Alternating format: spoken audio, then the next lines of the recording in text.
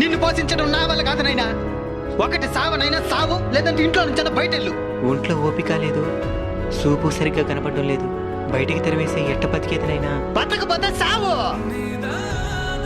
ఇంట్లో నుంచి తల్లిదండ్రులు తెరవేసి ప్రశాంతంగా బతికే వాళ్ళని ఎంతో మందిని చూసినాను నేను. కొన్ని రోజుల తర్వాత, నైనా నీకోసం ఫ్రూట్స్ తెచ్చినాను నైనా. ఇది తినేసి నువ్వు ఆరోగ్యంగా ఉండాలి. ఉండు, జ్యూస్ చేసి తీసుకుని వస్తాను. తాత మొన్నటిదాకా సావమంట ఉన్నాడు, ఇప్పుడేమి ఇంత ప్రేమ చూపిస్తున్నాడా? ఈ రోజు నాకు పెన్షన్ వచ్చే తేదీనైనా. ఆ డబ్బుల కోసమే వాడు ఇవన్నీ చేస్తూ ఉన్నాడు. ఇవన్నీ తెలుసు కూడా ఎట్ట తాత వాడి ఇంత ప్రేమ చూపించగలుగుతున్నావా? కన్నవాళ్ళం కదనైనా, కఠినంగా ఉండలేకపోతున్నాం. మా అలాంటి ముస్లిం వాళ్ళందరూ మీ పెళ్ళిళ్ళు చూసి చనిపోవాలని ఎందుకు ఆశపడతామో తెలుసానైనా. మేము సచ్చినా మిమ్మల్ని చూసుకోవడానికి ఒక తోడు ఏర్పడిందని ప్రశాంతంగా చావడానికేనైనా. తల్లిదండ్రుల్ని బతుకున్నప్పుడే బాగా చూసుకోండి అయినా, చనిపోయిన తర్వాత చూసుకోవాలనుకున్నా మా